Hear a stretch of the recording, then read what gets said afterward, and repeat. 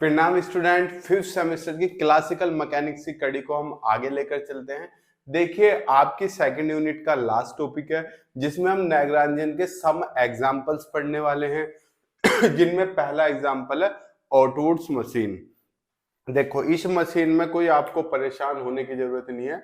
आपको एक बेसिक सी बात याद रखनी होगी, बहुत पुरानी। सर कौन से वाली? आपको ये याद है कुछ? सर ये तो गोला है। नहीं बेटा, अभी इसमें थोड़ा सा और मॉडिफिकेशन करते हैं। सॉरी, अब कुछ याद आया? सर अब भी याद नहीं आया। यहाँ पे द्रव्यमान लटका दिया, अब कुछ याद आया? आया?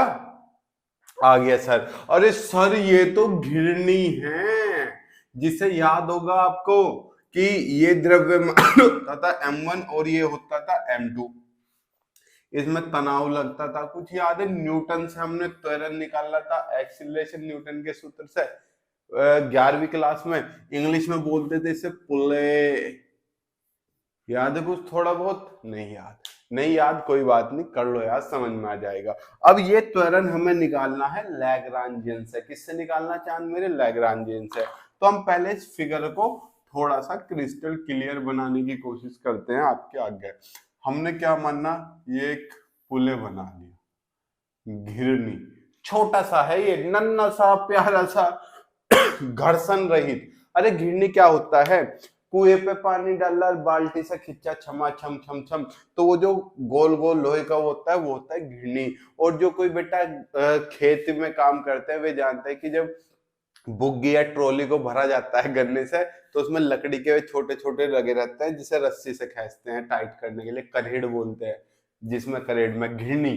समझिए। अब यहाँ देखो, यहाँ पे मैंने एक मासलेस मतलब द्रव्यमान रहित, और दूसरी चीज मैं आपको बताऊं फ्रिक्शनलेस और इनएक्सटेंसिबल, जो खिंचती ना हो, एक ऐसी रस्सी लटका दी और इस पे दो द्रव्यमान टांग दिए। पहला द्रव्यमान ये रहा m1, दूसरा ये रहा m2। इसकी लंबाई कितनी है पूरी की रस्सी की? l। और ये बेटा घिरनी इतनी नहीं है, बहुत छोटी सी घिरनी है, बहुत बारीक सी।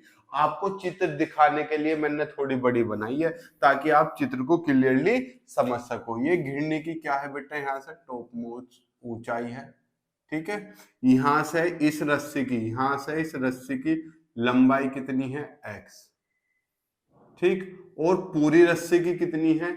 यहां से लेके यहां तक l। तो ये वाला हिस्सा कितना बच गया बेटा? l minus x. समझ गए? अरे सर ये बहुत छोटी सी है, तो बिल्कुल यहां तक ही बैठ जाती है लंबाई x। कभी सोचो सर x यहां तक है, हाँ यहां तक है, घिरनी बहुत छोटी है। अब आपको बड़ी फिगर दिख रही है तो इस वजह से। पूरी रस्सी की लंबाई क्या है? l। तो ये डिस्टेंस कितनी होगी? l minus x. इतनी तो समझ गए सर? बिल्कुल समझ गए। पहला भी इस फिगर को तो आप समझ सके, अब इस थ्योरी को समझने की कोशिश करते हैं जो लिखी हुई है। It was invented by George Atwood in 1784। इसे 1784 में जॉर्ज ऑटवुड ने इसकी खोज की थी, ठीक। इसी वजह से उनके नाम पे इसका नाम क्या पड़ा? ऑटवुड की मशीन, ऑटवुड्स मशीन, ऑटवुड की machine. The ideal Atwood. Ideal Atwood क्या है बेटा? आइडियल का मतलब क्या होता है? जो सामने प्रूफ हो, मतलब जो वैसे आप एक्सपेरिमेंटली प्रूफ ना हो लेकिन बातों में सत्य हो, एक तरीके से समझो। The ideal Atwood machine consist of two objects of mass m1 m2। यानी कि ऑटवुड मशीन जो होती है वो रखती है दो ऑब्जेक्ट जिनके द्रव्यमान क्या है? m1 and m2, connected by an inextensible. मतलब किससे जुड़े हुए हैं ये? इनएक्सटेंसिबल, मतलब जो खींच ना सके। रबर नहीं है, रबर होते तो एकदम लटक जाते नीचे को। इनएक्सटेंसिबल मासलेस द्रव्यमान रहित स्ट्रिंग, रस्सी से ओवर, जो डाली गई है किसके ऊपर? स्मॉल, छोटी सी, फ्रिक्शनलेस घर्षण रहित पुलिस है। अब छोटी सी है तो मास लेस भी होगी, तो घर्षण रहित द्रव्यमान रहित बहुत छोटी सी एक पुलिस है। Late length of the string is L. ये जो पूरी स्ट्रिंग है इसकी लंबाई कितनी है? एल है। And X be the variable vertical distance from the pulley of mass m1। यानी कि जो वेरिएबल डिस्टेंस है, यो वाली पुलिस है किसकी? मास m1 की, कितनी है? x है। तो दूसरी M2 की कितनी होगी, L माइनस एक्स। इसमें तो कोई दो राय नहीं। अगर मैं आपसे पूछूं यहाँ पे इंडिपेंडेंट वेरिएबल कौन सा है बताओ, बेटा एक्स नहीं है, दो वेरिएबल दिखाई दे रहे हैं एक्स और एल माइनस एक्स, इनमें इंडिपेंडेंट कौन सा, एक्स। क्योंकि अगर एक्स चेंज होगा तो एल माइनस एक्स तो ऑटोमेटिक चेंज हो जाएगा, यानी कि एल माइनस एक्स तो इस पर डिपेंड कर रहा है। बता रहा हूं कोई इसका खास रोल नहीं है, पता होना चाहिए। अब हम क्या करेंगे, हमें क्या निकालना है, इसमें लैग्रांजियन लगाना। और लैग्रांजियन क्या होता है क्या मेरे, एल बराबर टी माइनस वी, एक तो ये होता है लैग्रांजियन, एक लैग्रांजियन की इक्वेशन होती है डी बाई डी टी करली एल अपॉन करली क्यू के डॉट माइनस करली एल अपॉन करली क्यू के बराबर 0। याद है, ये लैग्रांजियन की इक्वेशन है मोशन की और ये लैग्रांजियन है। टी क्या होता था, काइनेटिक एनर्जी, और वी क्या होता था, पोटेंशियल एनर्जी। तो हमें पहले लैग्रांजियन निकालना पड़ेगा, उसके लिए काइनेटिक एनर्जी चाहिए और पोटेंशियल एनर्जी चाहिए। काइनेटिक एनर्जी के लिए मुझे क्या चाहिए, हाफ एम वी स्क्वायर होती है, तो मुझे वेलोसिटी चाहिए। तो पहले मैं वेलोसिटी निकाल लूंगा मास m1 की, फिर मास m2 की। बताओ, द वेलोसिटी ऑफ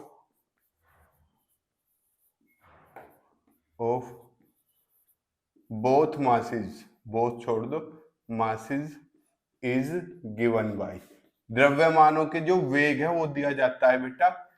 पहला द्रव्यमान है m1, इसका वेग v1 मान लिया। दूसरा द्रव्यमान है m2, इसका वेग v2 मान लिया। बेटा वेग कैसे निकलता है, दूरी का एक बार डिफरेंशियल करके। आपको पता है तो v बराबर क्या होता है, dx बाई dt नहीं होता चांद मेरे। यहाँ m1 के लिए x है, m2 के लिए l माइनस एक्स है, तो कितना हो जाएगा dx बाई dt। और इसका मतलब क्या, x का एक बार डिफरेंशियल का मतलब क्या, डॉट नहीं लगा देते, तो ये आ गया डॉट। यहाँ देखो v2 बराबर d बाई डी टी, और m2 के लिए है, m2 के लिए डिस्टेंस कितनी है, l माइनस एक्स। अब l के रेस्पेक्ट, l का t के रेस्पेक्ट में तो जीरो, तो zero minus D x by D T, कितना, माइनस एक्स डॉट। ये क्या हो गया v2। बताओ कोई समस्या, सर मैंने वेग पहले का भी निकाल लिया और दूसरी का भी निकाल लिया, इसमें तो कोई रॉकेट साइंस था नहीं। Hence total kinetic energy is given by, अब क्या निकाल रहा हूं, टोटल काइनेटिक एनर्जी निकाल रहा हूं। इसे क्या कर देते हैं, इसे थोड़ा सा अलग, ठीक है बेटा। बताओ, hence total kinetic energy is given by, कुल गतिज ऊर्जा कितनी होगी, टी होगी, कितनी, k1 प्लस k2। k1 कितना, पहले द्रव्यमान के लिए m1 v1 स्क्वायर, दूसरे के लिए हाफ m2 v2 स्क्वायर। बताओ, हाफ m1 v1 की वैल्यू x डॉट, तो x डॉट का square plus half m2 v2 की जगह क्या, माइनस एक्स डॉट, और इसका स्क्वायर है माइनस एक्स डॉट का स्क्वायर। अब किसी भी माइनस वाली क्वांटिटी का स्क्वायर करो तो प्लस ही हो जाता है, तो ये क्या हो जाएगा, लो या मैं लिख ही दूं, कभी तुम बाद में कंफ्यूज हो कि इसका माइनस कहां गया। तो हाफ एक्स डॉट, इसमें भी एक्स डॉट, चलो मैं लिख ही दूं, कॉमन नहीं ले रहा अभी, क्योंकि माइनस वाले का भी स्क्वायर प्लस में ही होता है। ये क्या आ गई, टोटल काइनेटिक एनर्जी आ गई मेरी। बताओ, ये तो काइनेटिक एनर्जी आ गई। अब मुझे लैग्रांजियन निकालना है। लैग्रांजियन कितना होता है, एल बराबर टी माइनस वी, तो टी तो मैंने निकाल लिया। अब पोटेंशियल एनर्जी निकालनी है, तो पोटेंशियल एनर्जी के लिए फिर से अपनी खोपड़ी का इस्तेमाल करना पड़ेगा। दौड़ाओ खोपड़ी, it's potential energy is given bye, totally कर दूं, इट्स लो, यहां लिख लेना टोटल। बार दो लाइनों में क्या लिखोगे, पहले 4 मास m1, फिर वो m2, फिर बाद में प्लस करोगे। लो टोटली कर दूं, दिख रहा है ना, कट तो नहीं रहा। It's total potential energy is given bye, दिख रहा है ना, हाँ दिख रहा है। पोटेंशियल एनर्जी को v से रिप्रेजेंट करते हैं, कितना, v1 प्लस v2। बेटा v1 किसके लिए है, मास m1 के लिए v1 और k1, इसके लिए v2 और k2, काइनेटिक एनर्जी और ये पोटेंशियल एनर्जी। अब पोटेंशियल एनर्जी आपको पता है कितनी होती है मेरे चांद, जैसे ये कोई धरती है, क्या है धरती, धरती से कोई बॉडी कितनी ऊंचाई पे, h ऊंचाई पे, कितनी ऊंचाई पे, h ऊंचाई पे, तो इसकी पोटेंशियल एनर्जी क्या mgh नहीं होती सर, होती है। लेकिन यहाँ पे एक ट्विस्ट है, ट्विस्ट क्या, अगर बॉडी यहाँ हो और यहाँ से कितनी गहराई पे हो h, हम ऊपर से नीचे की तरफ नापते हैं तो पोटेंशियल एनर्जी माइनस mgh हो जाती है। समझना क्यों बता रहा हूं, क्योंकि यहाँ ऊपर से नीचे की तरफ नाप रहे हैं, समझे, तो माइनस का सिंबल आता है। बुक में देख के कंफ्यूज मत हो जाना कि ये माइनस कहां से आ गया। तो बेटा इसके लिए तो कितनी होगी, माइनस mgx प्लस, यो भी नीचे की तरफ है, नीचे की तरफ ही तो, और नीचे से ऊपर की तरफ नहीं, ऊपर से नीचे की तरफ नाप रहे हैं, तो प्लस यो भी माइनस में रहेगी, mgl minus X equal to minus mgx minus mg नहीं बेटा m1, और ये कितना m2g, इतना ही रखो बस। ये टोटल क्या होगी पोटेंशियल एनर्जी। आप चाहो कैलकुलेशन से बचने को अंदर मल्टीप्लाई कर लो, m1gx minus m2gl minus minus plus हो जाएगा m2gx। बताओ, कोई सिंपल, कोई रॉकेट साइंस नहीं। ये क्या होगी मेरी, रेड मार्कर तो खत्म हुए पड़े हैं, ब्लू से ही काम चलाएंगे। ये इक्वेशन नंबर 1, ये इक्वेशन नंबर 2। अब क्या लिखोगे, Lagrangian, hence Lagrangian of the system is given bye. चांद मेरे लैग्रांजियन कितना होता है, क्या टी माइनस वी नहीं होता, बताओ। अब टी आपके पास है, वी ये है, वैल्यू रखो यहाँ पे बेटा, आने की नहीं है, स्क्रीनशॉट लो, इधर का रफ कर दे रहा हूं, ले लिया स्क्रीनशॉट, चले आगे, चलो। टफ कुछ नहीं है, सब इजी है, घबराओ मत, सब इजी है।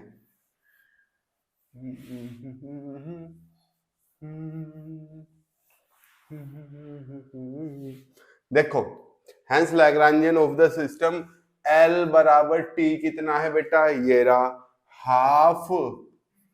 बेटा देखो x डॉट और हाफ दोनों में है, तो इन्हें कॉमन ले लूं, हाफ भी common, m1 plus m2 x dot का स्क्वायर। बताओ कोई दिक्कत, नो दिक्कत, बराबर नहीं माइनस टी हो गया माइनस वी, वी ये रहा, तो माइनस है तो सबके सिंबल बदल जाएंगे, यानी कि जो माइनस वाला वो तो प्लस में हो गया, और जो प्लस वाला है वो माइनस में हो गया। यहां तक कोई दिक्कत नहीं, दिक्कत सर लैग्रांजियन इक्वेशन होती है, अगर आपको याद हो, D by D T curly L बटे कर्ली क्यू के डॉट होती है, minus curly L upon curly Q equal to 0। अब ये क्यू के डॉट, ये क्यू के, ये रिप्रेजेंट करते हैं डिस्टेंस को, यानी कि एक्स को, समझ गए। तो मैं अगर इसकी वैल्यू निकाल लूं एक बार और एक बार इसकी लगा लूं, और लैग्रांजियन इक्वेशन में क्या कर दो पुट, नाउ मैं क्या फाइंड कर रहा हूं, कर्ली एल बटे कर्ली डॉट वाली वैल्यू एक्स डॉट, यानी कि एक्स डॉट के रेस्पेक्ट में क्या कर दो इसका, अबे यार डिफरेंशिएशन, अवकलन। तो देखो जब करोगे हाफ m1 प्लस m2, ये तो कांस्टेंट है, इसका कितना हो जाएगा x की पावर n का n x की पावर n माइनस 1, यानी कि 2 तो शुरुआत में x डॉट बचेगा, अबे 2 माइनस 1 ना बचेगा। अब देखो 2 से तो 2 कट गया, तो curly l upon curly x dot कितना आ गया, m1 plus m2 into x dot. बताओ हो गया। स्क्रीनशॉट तो आप सबने ले लिया होगा, परफेक्ट हो। स्क्रीनशॉट का समय मैं देता भी हूँ, क्योंकि स्क्रीनशॉट बहुत ज्यादा जरूरी है, क्योंकि हमें पता है इस उम्र में बस सर नोट्स बन जाओ कैसे भी, नोट्स की बड़ी चिंता रहती है। हो गया।